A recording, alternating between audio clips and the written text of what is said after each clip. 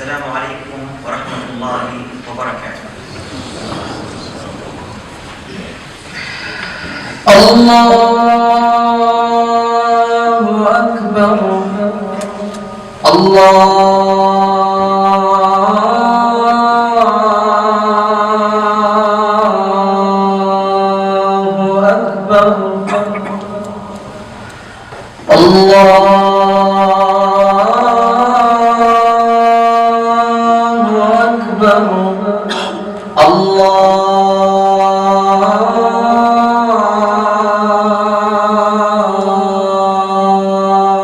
أكبر. أشهد أن لا إله إلا الله.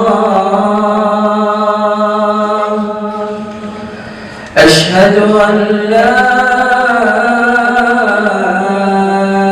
إله إلا الله.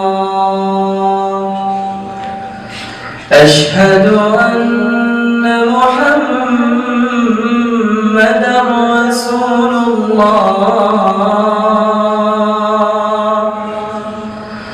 أشهد أن محمدًا رسول الله. حي على الصلاة.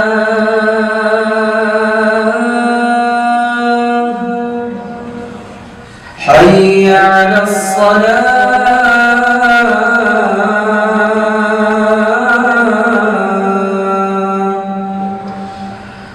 حي على الفلاح.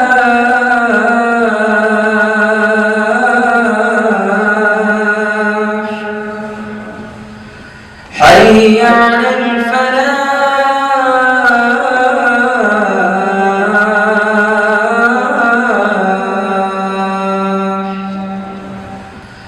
الله أكبر.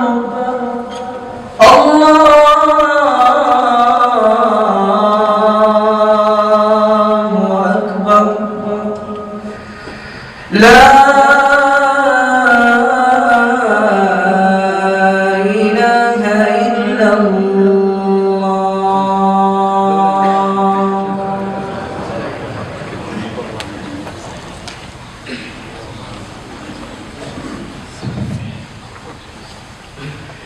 الحمد لله الذي أرسل إلينا خير رسله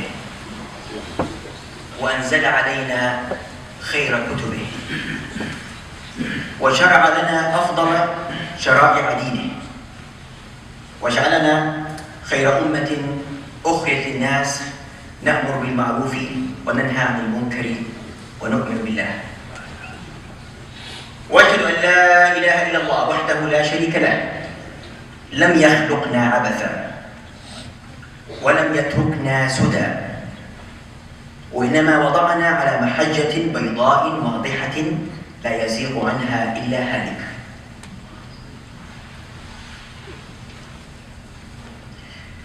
وبينها بمعالم دين كامل ليس فيه انتقاص أو التباس، وشرع لنا منهجا لم يترك فيه للفرد أو الأسرة أو المجتمع أو الأمة جزءا إلا وبينه.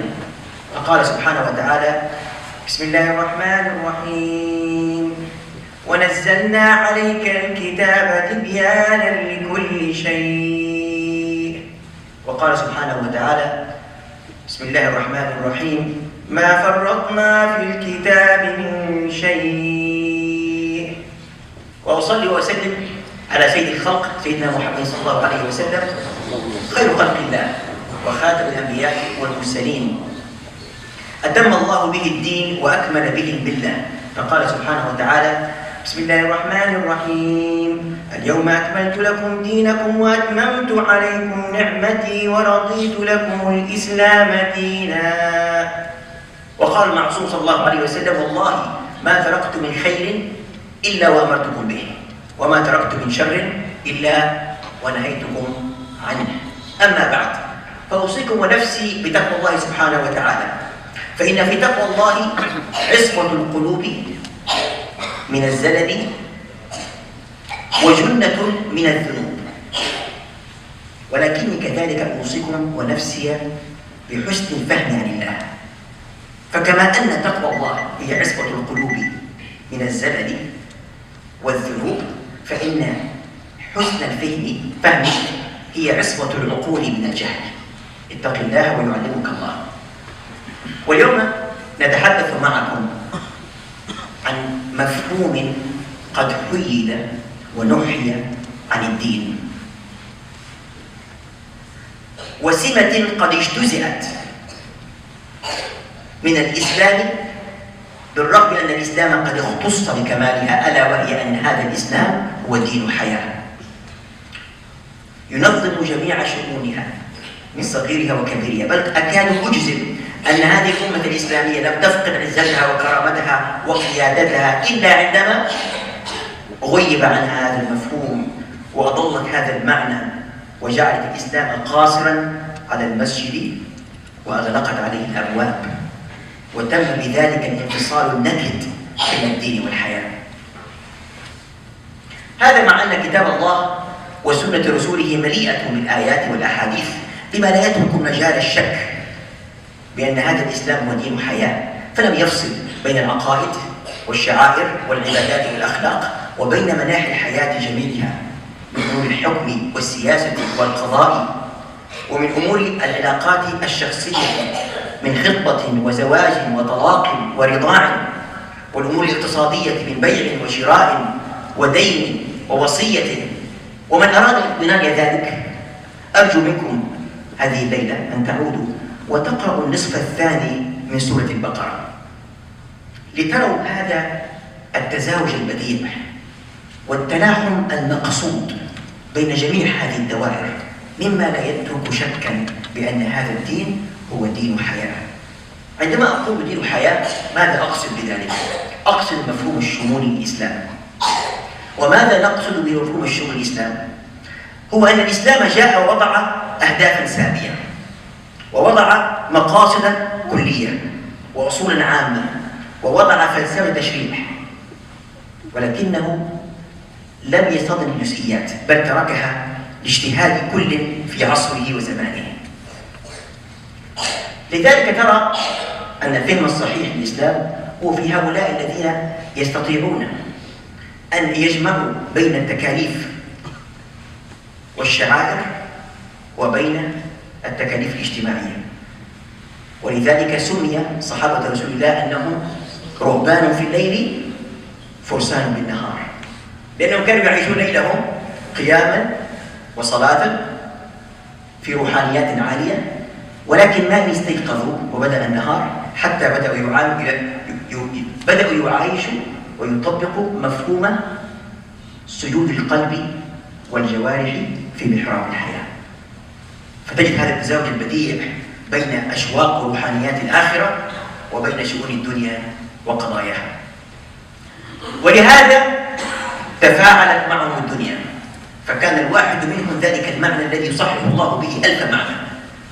تفاعلت بهم الدنيا وتفاعلوا معها، وعمروا في الدنيا ما عمروا، عمروا في الدنيا ما عمروا، ليعمروا فيها ما عمروا، وليتركوا لنا عمارة وحضارة لا ينكرها إلا جاحد.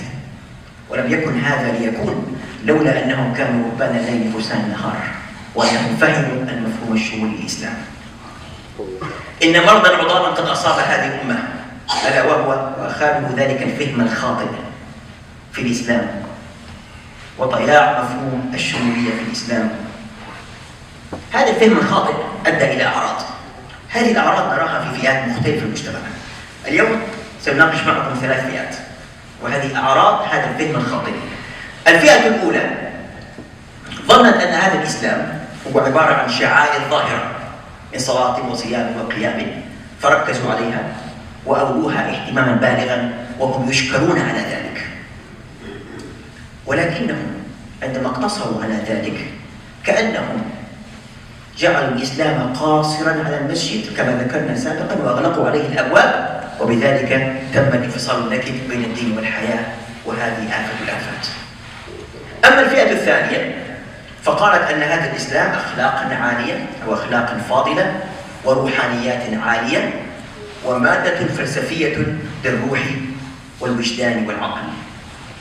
وهؤلاء بالطبع سيجدوا في الإسلام والدين هذا الدين حلاوة، سيستمتعوا بذلك، ولكنهم عندما هضموا الإسلام حقه ومنعوه أن يهيمن على الحياة ماذا حدث؟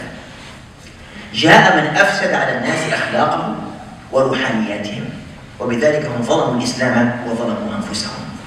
أما الفئة الثالثة والعياذ بالله، هذه الفئة هي أسوأهم، وهذه الفئة تقول وتعتقد أن هذا الإسلام ما هو إلا عقائد موروثة وأعمال تقليدية. هذه العقائد الموروثة والأعمال التقليدية غير قادرة ومؤهلة على أن تواكب تطورات هذا العصر، بل قاموا بلوم هذا الإسلام، قالوا الملام كله على هذا الإسلام هو الذي يؤخرنا وهو سبب هذا التخلف.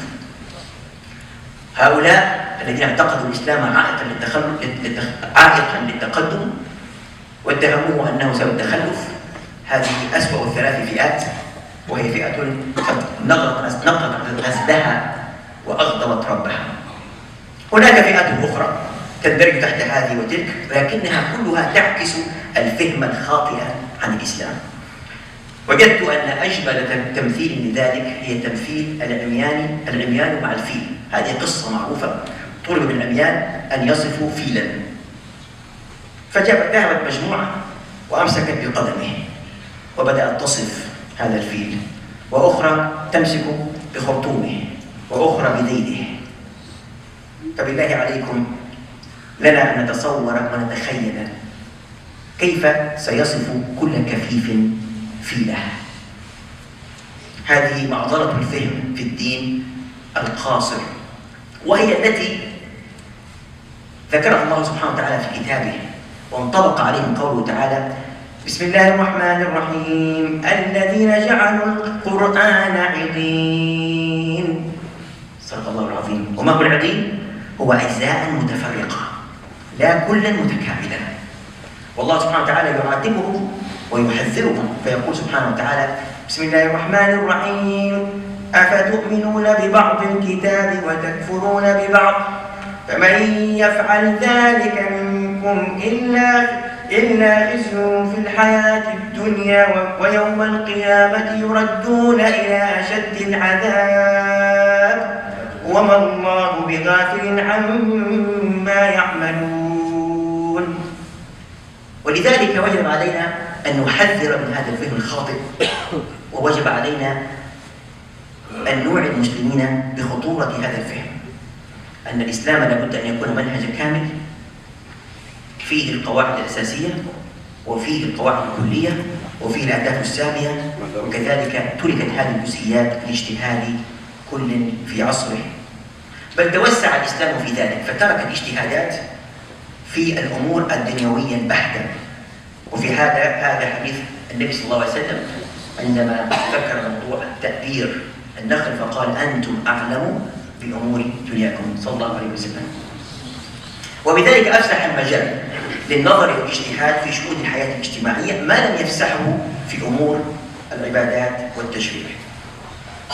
وكل هذا لأن من أحد مقاصد هذا الشرع هو التيسير. يريد الله بكم اليسر ولا يريد بكم العسر. طيب، مرونة الشريعة الإسلامية، هذه المرونة لا بد منها، لأن هذا الدين هو آخر الديانات السماوية، فلا بد أن يكون مرنا لكل زمان ولكل مكان. ولذلك مرة أخرى وضع موضوع الاجتهاد، وسنفرد إن شاء الله خطبة أخرى في الوسطية في الإسلام. كثير يتحدث عن الوسطية، ولكن الوسطية قد عرفت من علماء الأمة ولها 20 وجها إذا توفرت في الشخص أو في جماعة أو في أمة تعلم أن هذه الأمة هي أمة الوسطية. أذكر اليوم منها 4. أولا، الملائمة بين ثوابت الشرع ومتغيرات العصر. ثانيا، فهم النصوص الجزئية للقرآن والسنة في ضوء مقاصدها الكلية. والثالثة، التشديد في الأصول والأحكام والكليات والتيسير في الجزئيات وفي الفروع. والرابعة، ملاحظة تغيير الزمان والمكان والإنسان على ماذا؟ على الفتوى وعلى القضاء وعلى الدعوة وعلى التعليم. إن توضيح مفهوم الشمولية في الإسلام وتعميق هذا المعنى في قلوب المسلمين والمؤمنين، والإيمان أنه هو الهدى والطريق القويم، وأنه هو الرحمة المهداة من رب العالمين. إذا فعلنا ذلك طبقنا الإسلام بشموليته وعمقنا هذا المعنى وأدركنا وتيقنا أنه هو رحمة لهذه الأمة وأنه هو الطريق القويم، فإن الله سبحانه وتعالى بشرنا في كتابه بأن هذه الأمة سيكون لها القيادة ويكون لها الريادة في قوله سبحانه وتعالى: بسم الله الرحمن الرحيم: ونزلنا عليك الكتاب تبيانا لكل شيء وهدى ورحمة وبشرى للمؤمنين. صدق الله العظيم. أقول قولي هذا وأستغفر الله العظيم لي ولكم من كل ذنب فاستغفروه إنه هو الغفور الرحيم.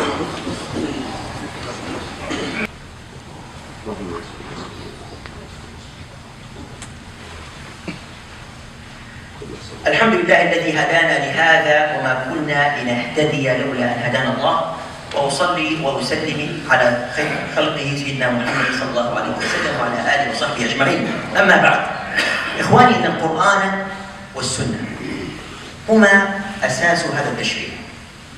القرآن والسنة هما أساس هذا التشريع، وكل ما دون ذلك من الآراء والعلوم إنما هي آراء وعلوم شارحة ومستنبطة من كتاب الله وسنة رسول الله.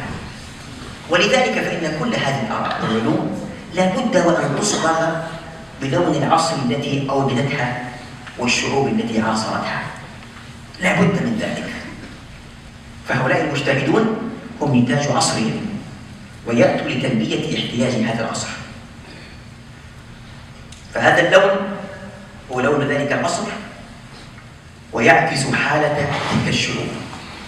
ولذلك وجب على المجتهدون في كل عصر من العصور إذا جد شيء جديد أن يعودوا لماذا؟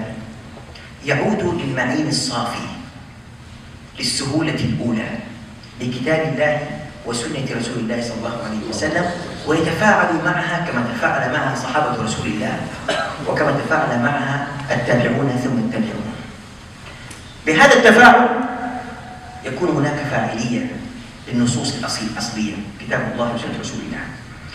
وبوقوفنا على هذه الأصول الثابتة نحن بهذا لن نقيد أنفسنا بغير ما قيدنا به الشرع كتاب الله وسنة رسول الله، ولن نلزم عصرنا بلون عصر غير عصرنا.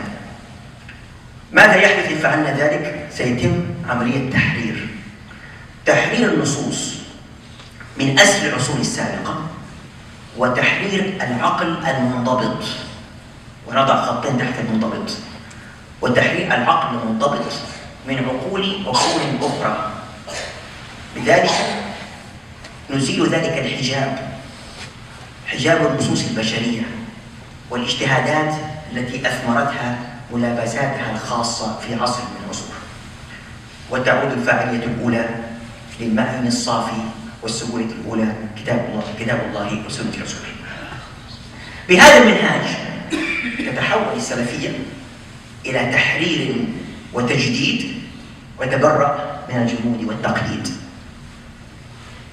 إن الجمود والتقليد دون نظر قد يحولان الاجتهادات البشرية والنصوص البشرية إلى تراث، ومن ثم يتحول التراث إلى مرجعية وسيطة تقف بين هذا العصر وبين المعين الصافي، تحجب المنابع الفقهية الأصيلة للإسلام، بل ويجعلان من اجتهادات العصور المتتالية التراكمية حجابا بين العصر وبين البلاغ القرآني والبيان النبوي المصاحب لهذا البلاغ القرآني.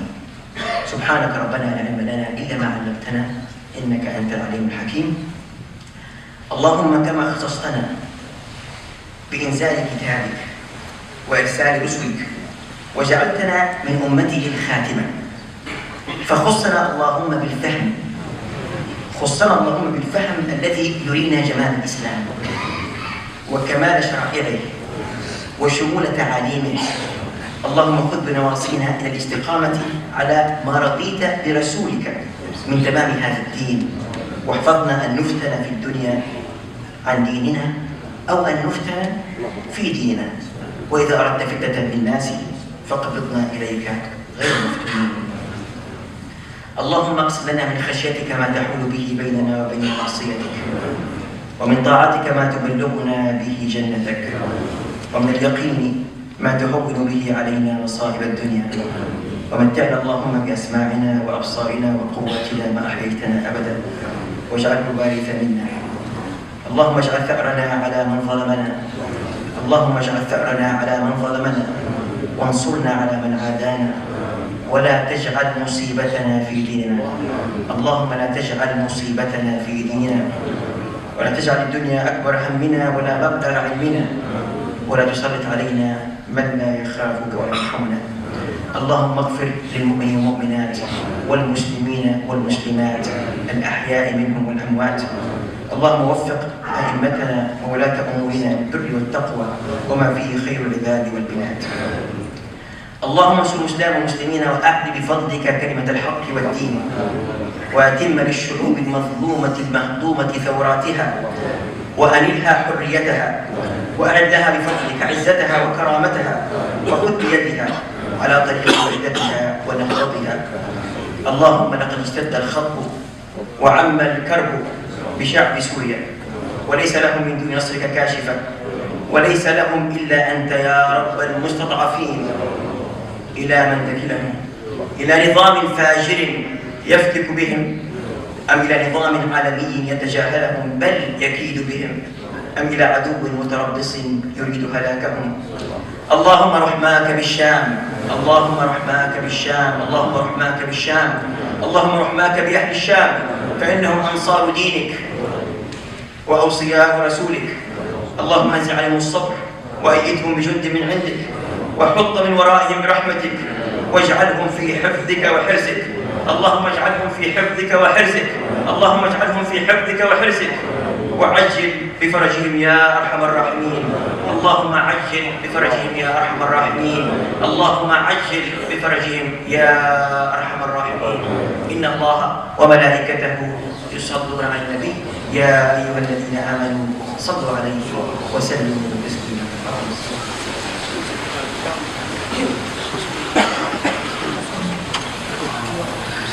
الله أكبر الله أكبر، أشهد أن لا إله إلا الله، أشهد أن محمدا رسول الله. حي على الصلاة، حي على الفلاح، قد قامت الصلاة، قد قامت الصلاة. الله أكبر الله أكبر، لا إله إلا الله.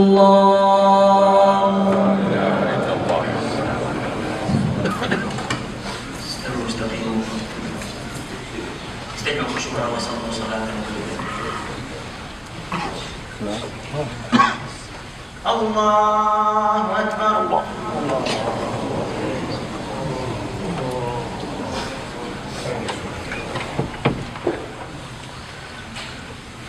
الحمد لله رب العالمين، الرحمن الرحيم، مالك يوم الدين، إياك نعبد وإياك نستعين، اهدنا الصراط المستقيم، صراط الذين أنعمت عليهم غير المغضوب عليهم ولا الضالين.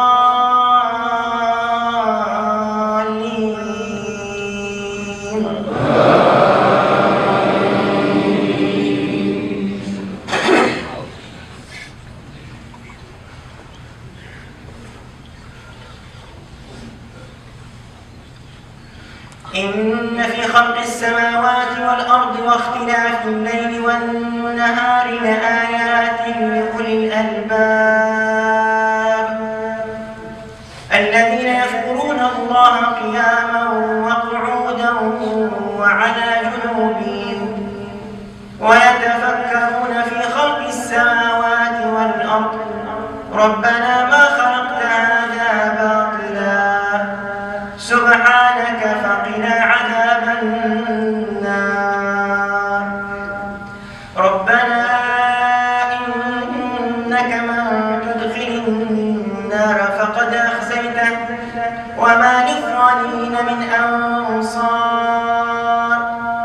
ربنا إننا سمعنا مناديا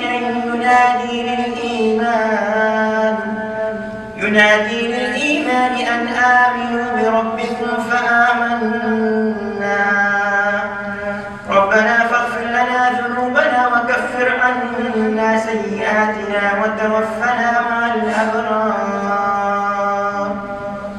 الله أكبر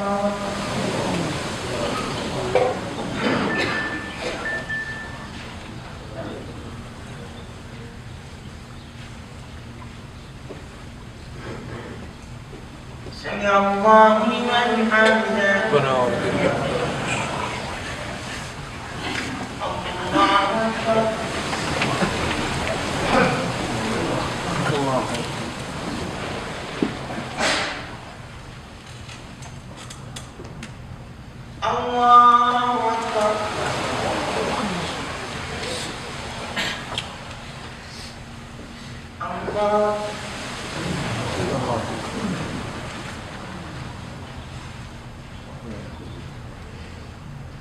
الله أكبر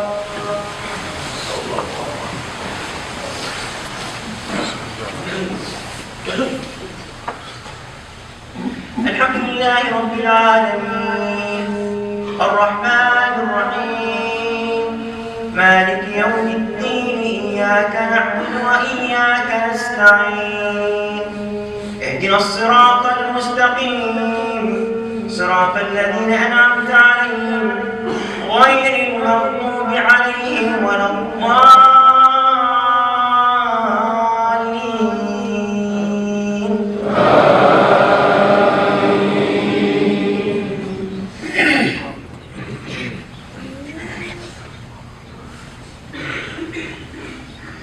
ربنا إننا سمعنا مناديا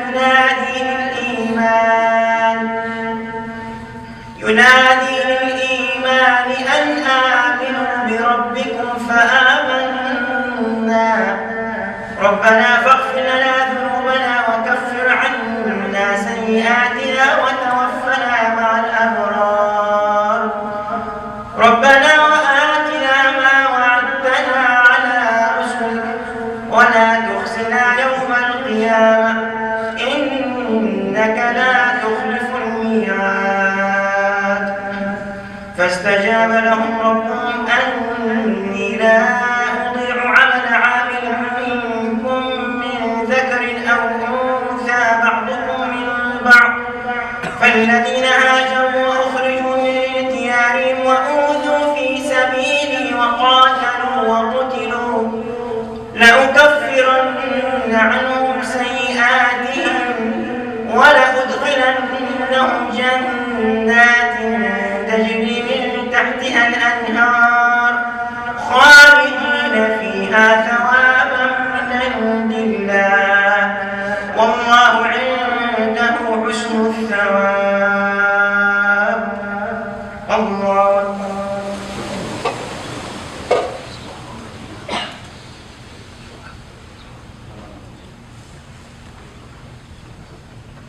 سمع الله لمن حمده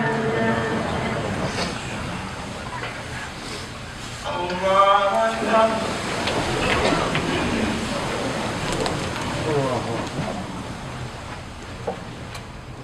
الله أكبر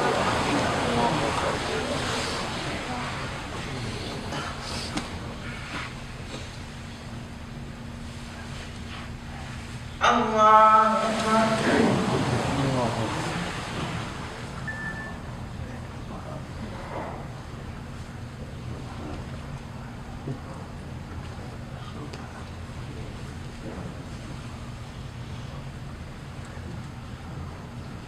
الله أكبر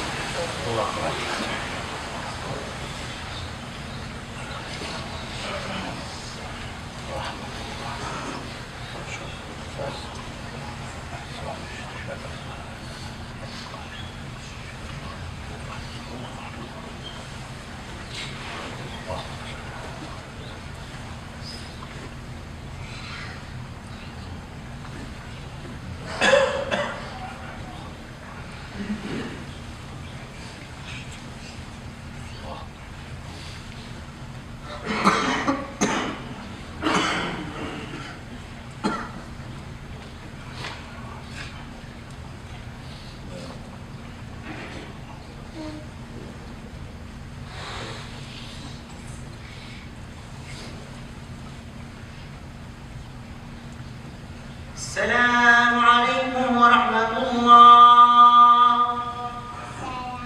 السلام عليكم ورحمة الله.